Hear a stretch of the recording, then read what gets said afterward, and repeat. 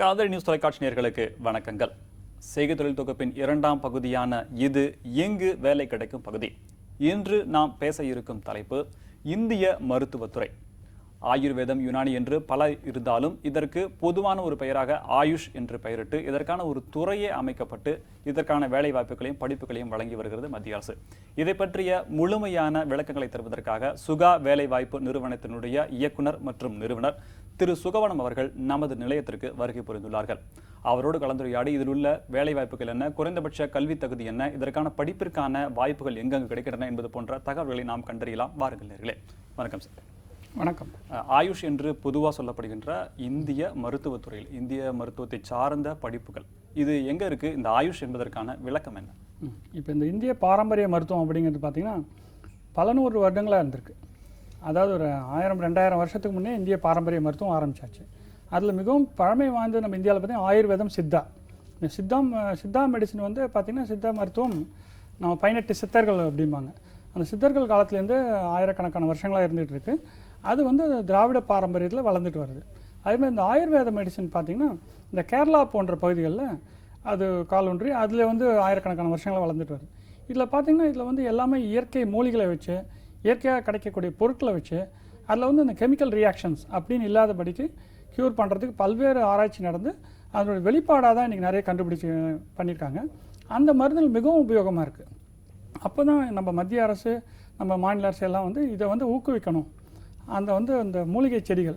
ஆனால் இந்தியாவோட வளமை என்னென்னு கேட்டிங்கன்னா இது ஒரு வெப்பமண்டல நாடு. இங்கே பார்த்திங்கன்னா நிறைய மூலிகை செடிகள் இலவசமாகவே வளர்ந்துருக்கும். அந்த மாதிரி ஒரு இயற்கை அமைப்பு கொண்டது. அந்த மூலிகைகளை எடுத்து அதை வந்து பாதுகாத்து அதில் வந்து பல்வேறு விதமான பொருட்களை உருவாக்கி இந்த மருத்துவத்தை உபயோகப்படுத்த முடியும். ஏன்னா இது நம்ம ஆரம்பத்தில் இந்த ஆராய்ச்சியெல்லாம் ரொம்ப சீரியஸாக பண்ணாதனால வெளிநாட்டு நிறுவனங்களும் சில இடத்து பேட்டன் ரைட்ஸ்லாம் எழுத ஆரம்பிச்சிட்டாங்க. ஸோ அதனால் இப்போ வந்து நம்ம மத்திய அரசு இதுக்கு உண்டான விழிப்புணர்வோடு அதை இப்போ செயல்படுத்தி இதில் பல்வேறு வேலைவாய்ப்புகள், பல்வேறு துறைகள், அதுமாதிரி பல்வேறு எஜுகேஷன் இன்ஸ்டியூட்ஸ் இதெல்லாம் உருவாக்கி வச்சுருக்காங்க. இதற்கான நம்பகத்தன்மை, அதாவது மற்ற தொழில்களை படித்தோம் அப்படின்னோம்னா அதற்கான வேலைவாய்ப்பு இல்லைன்னா குறைந்தபட்ச ஒரு வருமானம் அப்படின்றதாவது கிடைக்கும். ஆனால் இப்போ இந்த மாதிரி துறைகளில் படித்த மருத்துவர்களுக்கு எல்லாமே பொதுவாக சொல்லப்படுற வழக்கு என்னென்னா போலி மருத்துவர்கள் அப்படின்ற மாதிரிலாம் வருது. அப்படி இருக்கும்போது இதை படிப்பதற்கான மாணவர்கள் எந்த அளவுக்கு விருப்பம் இருக்குது, இது எந்த அளவுக்கு ஒரு முறையான, இன்னும் சொல்லப்போனால் நம்பகமான கல்வின்னு நீங்கள் சொல்கிறீங்க? இது ஒரு 20-30 வந்து மத்திய அரசே வந்து உண்டான இன்ஸ்டியூட்ஸ் இப்போ உருவாக்கியிருக்காங்க. இதுக்கு முன்னே பாரம்பரியமாக நிறைய இடங்களில் வந்து இந்த மாதிரி சொல்லிக் கொடுக்கறதுக்குலாம் இருக்குது. அவங்க வந்து தொட்டு வந்து எங்கள் தாத்தா காலத்துலாம் வந்து பண்ணிட்டு வரோம் அப்படின்னு சொல்லிட்டு குரு சிஷ்ய பாரம்பரியத்தில் பண்ணிகிட்ருக்காங்க. கேரளாலையும் அது பண்ணிகிட்ருக்காங்க. இப்போ சித்தர்கள் பற்றிய விஷயங்கள் வந்து பார்த்திங்கன்னா திருவண்ணாமலை பகுதியெலாம் பண்ணிகிட்ருக்காங்க. ஆனால் அப்படி பண்ணிகிட்டு இருந்தாலும் இப்போ வந்து நம்ம அரசு என்ன பண்ணியிருக்காங்கன்னா அது ஒன்றுக்குமே வந்து ஒரு national institute of homeopathy, national institute of Siddha, AYUSH அப்படின்னாலே பார்த்திங்கன்னா Ayurvedic, yoga and naturopathy, Unani, Siddha and homeopathy. இது எல்லாமே பார்த்திங்கன்னா ஒன்றுக்கும் ஒரு ஆரிஜின் உண்டு. ஏற்கனவே சொன்ன மாதிரி இந்த ஆயுர்வேதம் பார்த்திங்கன்னா கேரளா போன்ற பகுதிகளில் வந்தது.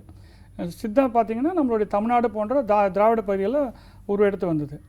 ஹோமியோபதி பார்த்திங்கன்னா ஜெர்மன்லேருந்து வந்த ஒரு பாரம்பரியம். அதில் வர கெமிக்கல் ரியாக்ஷன்ஸ் அதெல்லாம் வச்சு ஒரு மெடிசின்ஸ் வந்திருக்கு. யுனானி பார்த்திங்கன்னா அரேபிய பாரம்பரியத்தில் வந்த மெடிசின்ஸு. ஸோ அந்த மாதிரி நேச்சுரோபதி வந்து வடநாடுகளில். அதில் வந்து இப்போ சோவாரிக்மா அப்படின்னு ஒரு புதுமையாக ஒன்று இருக்குது. அது வந்து புத்த மதத்தை பேஸ் பண்ணி திபெத் போன்ற பகுதிகளில், லடாக், ஹிமாச்சல் பிரதேஷ் அந்த மாதிரி இடங்கள்லாமும் பண்ணிகிட்ருக்காங்க. ஸோ இந்த மாதிரி தொட்டு பண்ண விஷயங்களை பார்த்திங்கன்னா 1000-2000 வருஷங்களாக பண்ணிகிட்ருக்காங்க. இப்போ இந்த அலோபதி பார்த்திங்கன்னா ஒரு 1000 வருஷமாக தான் வந்திருக்கு. இப்போ அதில் வந்து பாஸ்டரைசேஷன் எல்லாமே வந்தாச்சு. லூயிஸ் பாஸ்டர் காலத்துலேருந்து அதை கொள்றதுக்கு ஆன்டிபயோட்டிக்ஸ்லாம் வந்தாச்சு. பட் இந்த மெத்தட்லாம் பார்த்திங்கன்னா ஒரு பயாலஜிக்கல் மெத்தட்லேயே அந்த மாதிரி வந்து இயற்கையோடு ஒன்றி போகிறதுனால இப்போ மக்கள்கிட்ட ஒரு ஈடுபாடு வந்திருக்கு. இந்த கெமிக்கல்ஸ்லாம் வேண்டாம், கெமிக்கல்ஸ் வந்து நம்ம கெடுதல் பண்ணுது அப்படிங்கிற ஒரு விழிப்புணர்வு நிறைய வந்திருக்கு. அந்த விழிப்புணர்வு வாயிலாக இந்த துறையில் நிறைய வேலைவாய்ப்பு கிடைக்குது. ஆனால் அதில் வந்து நீங்கள் சொன்ன மாதிரி பாரம்பரியத்தில் இருந்தபோது, அதுவும் சித்தர்கள்லாம் என்ன ஒரு பிரச்சனை இருந்ததுன்னா நிறைய பேர் சொல்லவே மாட்டாங்க. ரசவாத வித்யா அந்த மாதிரிலாம் கண்டுபிடிச்சிட்டு அவங்களோட அழிந்து போனதெல்லாம் உண்டு. அலோபதியில் ஏற்பட்ட மாபெரும் எவல்யூஷனே அதுதான். அவங்க எது பண்ணாலும் அந்த ரியாக்ஷன்ஸ் வந்து க்ளீனாக எழுதி வச்சுருவாங்க. அப்புறம் அதை பின்பற்றி தான் இப்போ நம்ம இந்தியன் மெடிசன்ஸ் இந்த பாரம்பரியங்களை அழியக்கூடாது.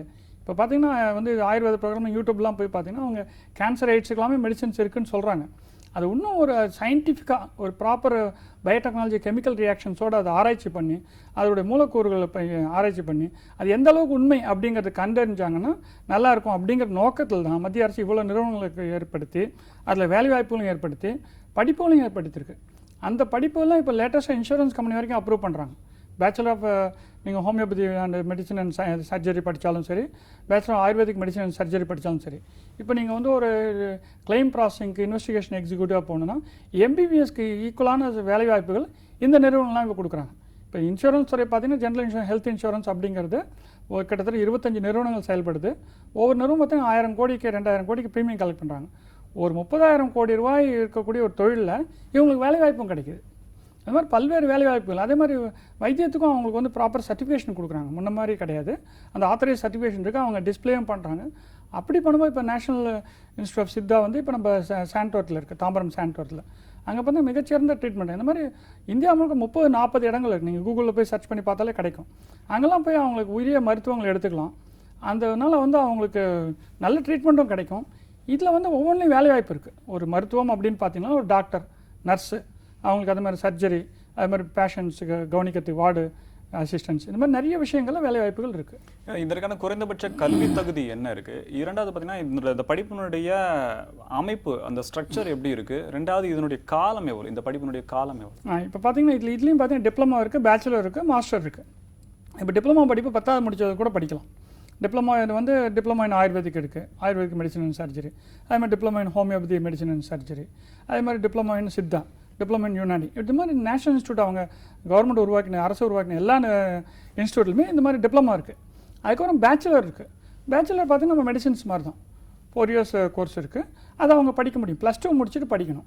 +2 முடிச்சுட்டு பார்த்தீங்கன்னா லாஸ்ட் 1 year ப்ராக்டிஸ் பண்ணணும். கிட்டத்தட்ட 5 வருஷம் அதுக்கும் செலவிட வேண்டியிருக்கும். ஆனால் அந்த மெடிசனில் எக்ஸ்பர்ட் ஆகிட்டு அதே மாதிரி அதுலேயே வந்து அரசு மருத்துவ இடமும் இருக்குது, மருத்துவ நிலையம் இருக்குது, அங்கேயும் போய் பணியாற்றலாம். அது மாதிரி தனிப்பட்ட முறையில் அவங்க ப்ராக்டிஸ் பண்ணலாம். அதுக்கும் அவங்க ஹெல்ப் பண்ணுறாங்க. அது மாதிரி இன்னொரு இப்போ ஒரு அட்வான்டேஜும் வந்துட்டுருக்கு. நிறைய எம்பிபிஎஸ் டாக்டர்ஸ் இதை வந்து சைடாக எக்ஸ்ட்ரா குவாலிஃபிகேஷனாக படித்து அவங்க சயின்டிஃபிக் மெத்தடில் போகும்போது சொல்லப்போனால் இப்போ பார்த்திங்கன்னா ஒவ்வொரு துறையில் வந்து இப்போ இந்த வயிறு சம்மந்தப்பட்ட விஷயங்களுக்கெல்லாம் ஆயுர்வேத மெடிசன் அவ்வளோ பயனுள்ளதாக இருக்குது. அதனால் என்ன பண்ணுறாங்கன்னா, என்ன மூலிகை சம்மந்தப்பட்டதுனால அவங்களுக்கு வயிற்றில் வந்து அல்சர் அந்த மாதிரி நோய்களுக்கெல்லாம் அந்த மூலிகை விஷயங்கள் நல்ல க்யூர் கொடுக்குன்னு சொல்லிட்டு இந்த அலோபதி டாக்டர்ஸே பார்த்திங்கன்னா இந்த விஷயங்கள் தெரிஞ்சுக்கிட்டு அவங்க ப்ரிஸ்கிரைப் பண்ணுறாங்க. அந்தளவுக்கு இதில் ஒரு இன்ட்ராக்ஷனும் வந்துட்டுருக்கு. பொதுவாக இந்த ஜெனரிக் மருந்துகள்னு சொல்லி ஆங்கில மருத்துவத்திலே கூட அதற்கான ஒரு விழிப்புணர்வு மக்கள்கிட்ட அதிகமாக வருது. அதாவது விலை குறைவான, அதே தரமுள்ள, அதே குடும்பத்தில் தயாரிக்கப்படும் மருந்துகள்னு சொல்லி வருது. இப்படி ஒரு மருத்துவத்துறையுமே மாற்றத்திற்கு உள்ளாக்கப்பட்டு வருது. அப்படி இருக்கும்போது இந்த ஆயுர்வேதம், யுனானி, ஹோமியோபதின்ற சொல்கிறதுனா நம்மளுடைய பாரம்பரிய மருத்துவம் இது முழுமை பெறாது. அதான் நிறைய ரகசியங்கள் நமக்கு சொல்லப்படவே இல்லை. இருக்குன்றது எல்லாருக்குமே நம்பிக்கை இருக்குது, ஒரு அற்புதமான மருக்கலை. ஆனால் அது வரைமுறைப்படுத்தலைன்றது இருக்குது. அப்படி இருக்கும்போது மக்கள்கிட்ட குறைவான நம்பிக்கை உள்ள இந்த மருந்தினுடைய எதிர்காலங்கள், இந்த மருத்துவ முறையினுடைய எதிர்காலங்கள் எப்படி இருக்கும்? இப்போ பார்த்தீங்கன்னா நல்ல வளர்ச்சி வருதுன்னே சொல்லலாம். இப்போ அதில் பார்த்தீங்கன்னா எல்லாமே இப்போ வந்து கிட்டத்தட்ட அவங்களும் இந்த ஆயுஷ்ங்கிறது ஒரு மத்திய அரசில் இருக்கிற minister of health care and family welfare அப்படிங்கிற டிபார்ட்மெண்ட்டில் இது வருது.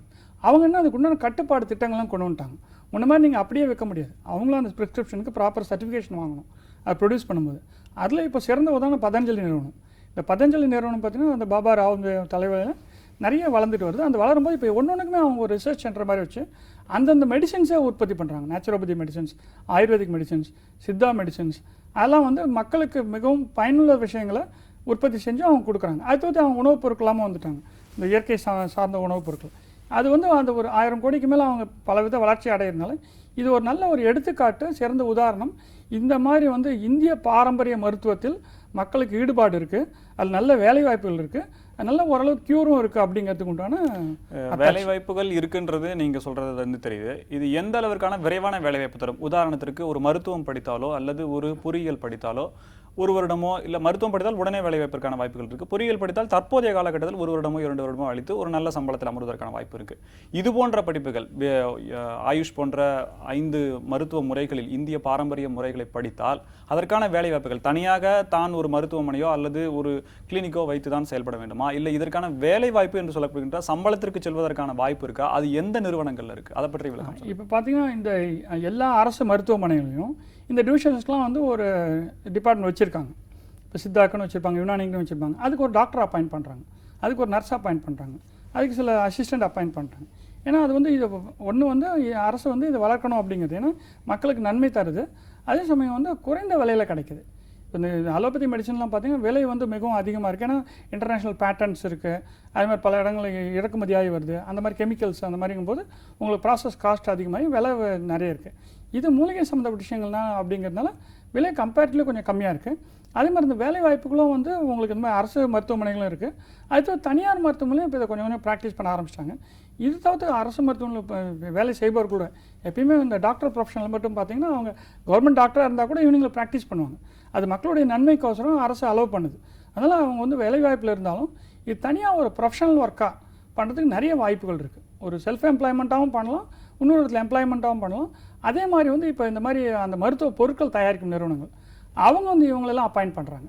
அந்த மருத்துவ பொருட்கள் வந்து அவங்க குவாலிட்டி கண்ட்ரோல் பண்ணுறது, அது சரியான ப்ரொபோர்ஷனில் இருக்கான்னு பார்க்குறது, அதில் சில எக்ஸ்பெரிமெண்ட்ஸ் பண்ணி பார்க்குறது, அந்த மாதிரி ரிசர்ச்க்கெலாம் எடுத்துக்கிறாங்க. அதே மாதிரி ஏற்கனவே சொன்ன இன்சூரன்ஸ் கம்பெனியில் கிளைம் ப்ராசஸிங்க்கு இப்போ இந்த மாதிரி கிளைம் போடுறாங்க அப்படின்னா, நான் ஆயுர்வேதிக் ட்ரீட்மெண்ட் எடுத்திருக்கேன், நேச்சுரோபதி ட்ரீட்மெண்ட் எடுத்திருக்கேன் அப்படிங்கும்போது அது சரியாக பண்ணுறாங்களா அப்படின்னு பார்க்குறது. அதே மாதிரி அவங்க அலோபதி ட்ரீட்மெண்ட்டு கூட அந்த கிளைம் ப்ராசஸிங் அலோ பண்ணுறாங்க. ஏன்னா எந்த டாக்டர் படிக்கணும் அந்த ஹியூமன் அனாட்டமி படிச்சிருப்பாங்க, அதுக்கு மருத்துவ கூறுகளை படிச்சிருப்பாங்க. அப்போ வந்து அவங்க ஈஸியாக ஒரு கிளைமை வந்து அவங்க ஜஸ்டிஃபை பண்ண முடியும் அப்படின்னு சொல்லிட்டு அவங்களுக்கு ஆத்தரைஸ் ரைட்ஸ் கொடுத்துருக்காங்க.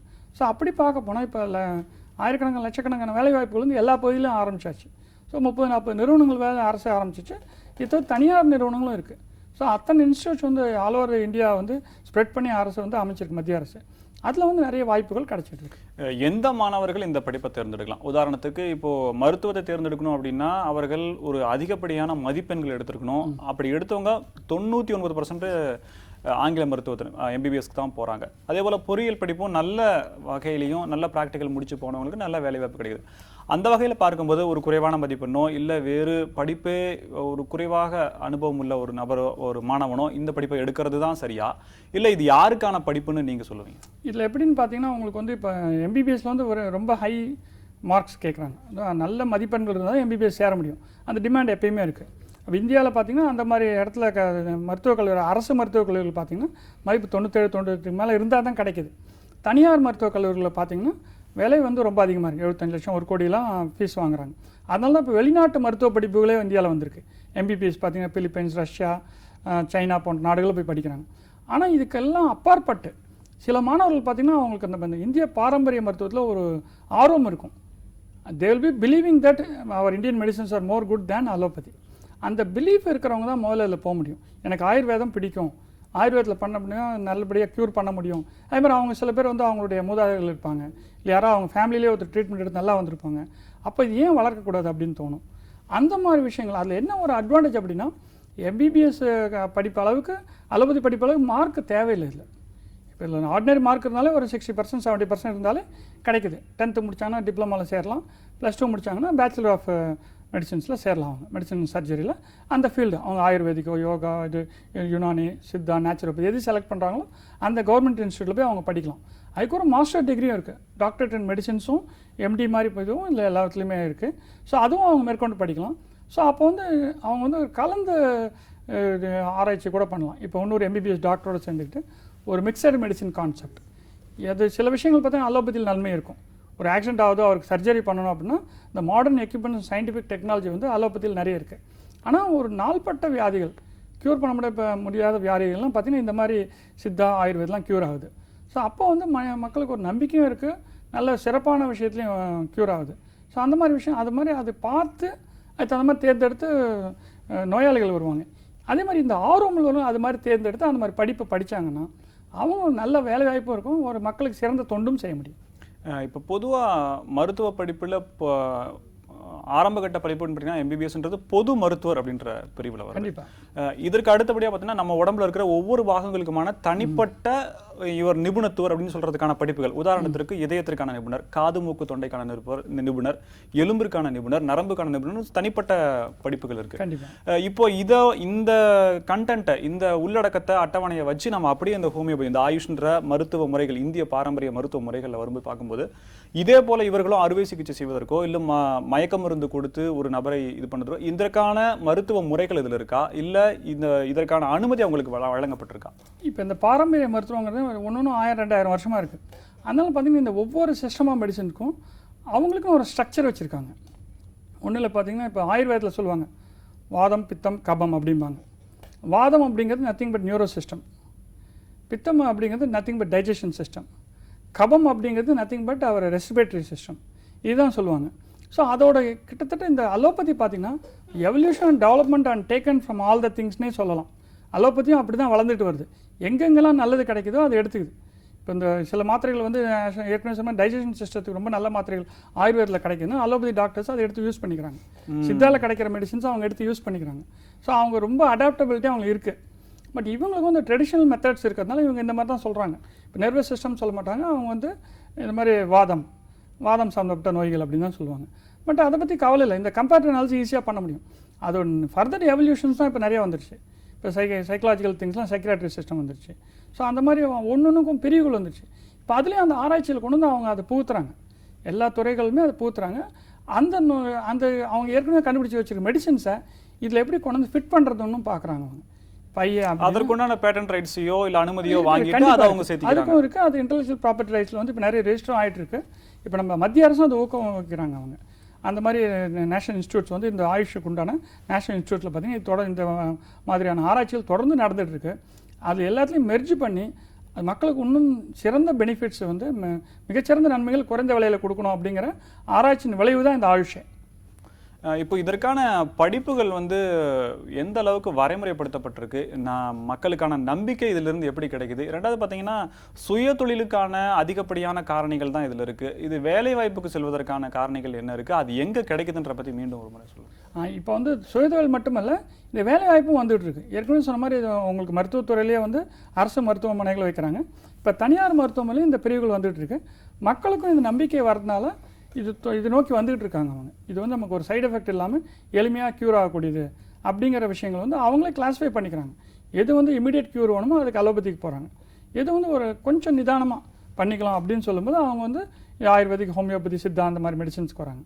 ஸோ அதனால் வந்து அவங்க தனியார் துறையிலும் வாய்ப்பு இருக்குது, அரசு துறையிலும் வாய்ப்பு இருக்குது, இன்சூரன்ஸ் நிறுவனங்களையும் வாய்ப்பு இருக்குது. இந்த மாதிரி அதை தவிர்த்து அவங்க செல்ஃப் எம்ப்ளாய்மெண்ட்டும் பண்ணிக்க முடியும். ஓகே, இப்போது இது பொதுவாக பார்க்க போனீங்கன்னா தமிழ் சார்ந்த தமிழ் பாரம்பரியம் இலக்கணம் சார்ந்த ஒரு இதாக இருக்குது. ஏன்னா சில மருந்துகள் வந்து செய்யுள்ள சொல்லப்பட்டிருக்கு. கண்டிப்பாக எப்படின்றது செய்யுள்ள சொல்லப்பட்டிருக்கு. அப்போது இந்த பாடத்திட்டம் தமிழில் இருக்குமா, இல்லை வேற்று மாநிலத்தை சேர்ந்தவர்களோ இல்லை வேற்று நாட்டை சார்ந்தவர்களோ நம்மளுடைய பெருமையோ நம்மளுடைய தெரிஞ்சுக்கணுன்ற ஒரு ஆர்வத்திலேயே வந்தாங்கன்னா அவங்க தமிழில் எதுனா முதல்ல தமிழ் மொழியை கற்று தான் படிக்கணுமா, இல்லை ஆங்கிலத்தில் இருப்பதற்கான வாய்ப்புகள் இருக்கா? பாடத்திட்டம் எந்த மொழியில் வகுக்கப்பட்டிருக்கிறது, அதனுடைய ஸ்ட்ரக்சர் என்ன? இப்போ இதில் பார்த்தீங்கன்னா உங்களுக்கு ரெண்டுமே இருக்குது. சித்தா மெடிசன்ஸ் வந்து இப்போ நம்ம ஏற்கனவே சொன்ன 18 சித்தர்கள் அப்படிம்பாங்க. இப்போ திருமூல திருமந்திரம் அப்படின்னு சொல்லுவாங்க. அதில் நீங்கள் பார்த்தீங்கன்னா நீங்கள் சொன்ன செயல் வடிவில் ஸ்லோக வடிவங்கள் தான் இருக்குது. அது வந்து அதெல்லாம் அதில் இருக்கிற அந்த காம்ப்ளெக்ஸ் இன்ஃபர்மேஷன்லாம் இப்போ டெரைவ் பண்ணி இங்கிலீஷில் மொழிபெயர்த்து வச்சுருக்காங்க. ஸோ அதனால் அதுக்கு ஈக்குவலண்ட் என்ன அப்படிங்கிறது ஆராய்ச்சியில் நிறைய நடந்துருச்சு. இப்போ மாடர்ன் டெக்னாலஜி அதுக்கு ரொம்ப ஹெல்ப் பண்ணுது. இப்போ இன்டர்நெட்டு, வாட்ஸ்அப் இந்த மாதிரிலாம் என்னென்னா அவங்க ஆராய்ச்சி பண்ணி இது ஈக்குவலண்ட் டெர்மினாலஜிஸு, இதுக்கு இணையான ஆராய்ச்சியில் எங்கெங்கே நடக்குது, இந்த மாதிரி ஒரு அமைப்புகள் வந்து நிறைய வந்துட்டுருக்கு. இப்போ வெளிநாட்டு டாக்டர்ஸ்லாம் ரிசர்ச் இங்கே வராங்க, அமெரிக்காலேருந்து, ஐரோப்பாலேருந்து, அந்த மாதிரி நாடுகள்லேருந்து. இப்போ இதில் இருக்கிற பெனிஃபிட்ஸ்லாம் அவங்க எடுத்துக்கணும் அப்படின்னு சொல்லிட்டு இந்த எம்பிபிஎஸ் பண்ணவங்க, அதுலேயே பிஹெச்டி பண்ணவங்க, எம்டி பண்ணவங்கலாம் வந்து இந்தியாவுக்கு வந்து இந்த இந்திய பாரம்பரிய இந்த மெடிசன்ஸ், இந்த மூலிகை விஷயங்கள்லாம் ஆராய்ச்சி செஞ்சு அதில் இருக்கிற நன்மைகளை எடுத்துக்கிட்டு உலகத்துக்கு கொண்டு போகிறாங்க. அதனால் இப்போ உலக அளவில் வேலைவாய்ப்பு கிடைக்கிறதுக்கு இந்த தொழிலில் இப்போ சாத்தியம் வந்திருக்கு. பொதுவாக எல்லா துறைகள்லையுமே இன்னும் சொல்லப்போனால் எல்லா நிபுணர்களுமே, எல்லா வேலையாட்களுமே, எல்லா தொழிலதிபர்களுமே விளம்பரம் அப்படிங்கிறது தேவைப்படுது. ஆங்கில மருத்துவத்திலையும் இதில் இருக்குது. ஆனால் இந்த மாதிரி மருத்துவர்கள் பார்த்தீங்கன்னா பொதுவாக டிவிக்கள்லையோ தொலைக்காட்சிகளையோ பார்க்கும்போது ரொம்ப விளம்பரங்கள் இவர் அதிகமாக நான் அதை குணப்படுத்திட்டேன், இதை குணப்படுத்திட்டேன், தீராத நோய்களையும் குணப்படுத்திட்டேன்ற மாதிரிலாம் சொல்கிறது. முக்கியமாக சொல்லணும்னா இந்த கரும்புள்ளின்னு ஒன்று சொல்லுவாங்க. இதற்கான இது இருக்குது, இந்த ஆண்களுக்கான மருத்துவ முறைகளோட. இப்போ இதெல்லாம் எந்த அளவுக்கு ஒரு பொதுஜன மக்களாக காமன் மேனாக நம்புறது? ரெண்டாவது, ஒரு புதிய மாணவன் வருகிறான் அப்படின்னா அவனுக்கு இந்த படிப்பு இதெல்லாம் ஒரு ஸ்ட்ரக்சராக இருக்குது, இதெல்லாம் உண்மையிலே வகுக்கப்பட்டிருக்கு, இது ஒரு படிப்பு தான் அப்படின்ற நம்பிக்கை மாணவனுக்கு எப்படி வரும்? இது ஒரு இல்லை உண்மை என்னன்னு கேட்டிங்கன்னா, இப்போ வந்து நீங்களே இந்த தொலைக்காட்சியெல்லாம் பார்த்துருப்பீங்க. இப்போ தமிழில் ஒரு 50-60 தொலைக்காட்சினா ஒரு 10 தொலைக்காட்சியில் இந்த மாதிரி ப்ரோக்ராம் வந்துட்டுருக்கும். அதில் பார்த்தீங்கன்னா ஒரு 5-6 பேர் தான் தொடர்ந்து பண்ணிகிட்டு இருக்காங்க. ஆனால் உண்மை என்னென்னு பார்த்தீங்கன்னா ஒரு 40-50 இன்ஸ்டியூட்ஸ் வந்து இந்தியாவில் மத்திய அரசினால நிறுவப்பட்டு அவங்க மிகச்சிறந்த லெவலில் பண்ணிட்டு இருக்காங்க. சித்த விளம்பரமே இல்லாமல் சித்த மருத்துவத்தை பற்றி பார்த்தீங்கன்னா ஒரு சில பேர் டிவியில் ஒரே விஷயத்தை பேசிட்டே இருப்பாங்க, காசு நிற்கிறேம்பாங்க, ஏதோ ஒன்று வச்சுட்டு அதே பேசிகிட்டு இருப்பாங்க. ஆனால் உண்மை அது கிடையாது. இன்னும் சொல்ல போனால் அந்த பேஷண்ட்டு கூடவே இருந்து எனக்கு இப்படிலாம் வந்து அது வந்து அவங்க விளம்பரத்துக்கு பண்ணுறது, அது விளம்பர உத்திகள். ஆனால் அது அதற்கும் அப்பாற்பட்டு இதில் மிகச்சிறந்த நன்மைகள் இருக்குது. அதுக்கு தான் நான் சொன்னேன், இப்போ தாம்பரம் சென்டரத்தில் இருக்குது, போய் பார்க்கறது தான் பார்க்கலாம். ஸோ அந்த மாதிரி வந்து ஈவன் கூகுளில் போய் சர்ச் பண்ணாலே கிடைக்கும். இப்போ national institute of Siddha, homeopathy, naturopathy, Unani, எல்லாம் எங்கெங்கே இருக்குது அப்படின்னு பார்த்தா கிடைக்கும். அவங்கள இப்போ வந்து ரீசெண்டாக வந்து நம்ம சென்னை ட்ரேட் சென்டரில் ஒரு எக்ஸிபிஷன் நடந்தது. இந்த மாதிரி ministry of health and family welfare central government வந்து மத்திய அரசு அந்த எக்ஸிபிஷன் நடத்தினாங்க. கிட்டத்தட்ட 300 ஸ்டால்ஸ் இருந்தது. எனக்கு போகக்கூடிய வாய்ப்பும் கிடைச்சிது. அப்போ பார்த்த போதும் அதில் வந்து அவங்க எந்த அளவுக்கு அந்த மூலிகைகளை ப்ரிசர்வ் பண்ணி வளர்த்து அது ஈவன் அதை பயிர் பண்ணுறதுக்கு கூட இப்போ விவசாயிகளுக்கு ஆதரவு கொடுக்குறாங்க. இது ஒரு பெரிய துறை. 75% மானியம் கொடுக்குறாங்க. நிச்சயமா பேசுவதற்கு நிறைய விஷயங்கள் இதில் இருக்கு. இருந்தாலும் நேரமின்மை காரணமாக இத்தோடு முடிக்க வேண்டிய தருணம். இந்திய பாரம்பரிய மருத்துவ துறையில் உள்ள மருத்துவ முறைகள் என்ன, அதற்கான படிப்புகள் என்ன, வேலைவாய்ப்புகள் எங்கு கொற்றிருக்கின்றன என்பது போன்ற பல தகவல்களை அளித்தமைக்காக காவிரி நியூஸ் தொலைக்காட்சி சார்பாக நன்றி. நன்றி, வணக்கம். நேர்களே, இந்திய பாரம்பரிய மருத்துவ முறைகள் என்ன, அது எவ்வாறு வகுக்கப்பட்டிருக்கிறது, இதற்கான தலை சிறந்த படிப்புகளும் இருக்கின்றன. இது மத்திய அரசால் அங்கீகரிக்கப்பட்ட ஒரு உண்மையான படிப்புகள். இந்த படிப்புகளை பெறுவது எப்படி, வேலைவாய்ப்புகளை பெறுவது எப்படி, நாமே சுயதொழில் பெறுவது எப்படி என்பது போன்ற விளக்கங்களை திரு சுகவன் ஐயா நமக்கு விளக்கமாகவும் தெளிவாகவும் முடிந்தவரை நமக்கு கொடுத்தார். நிச்சயம் மாணவர்களாகிய உங்களுக்கும் பெற்றோர்களுக்கும் பயனுள்ள வகையில் அமைந்திருக்கும் என்று நம்புகிறேன். மீண்டும் வேறொரு நிகழ்ச்சிகளை சந்திக்கிறேன். அதுவரை நன்றி, வணக்கம்.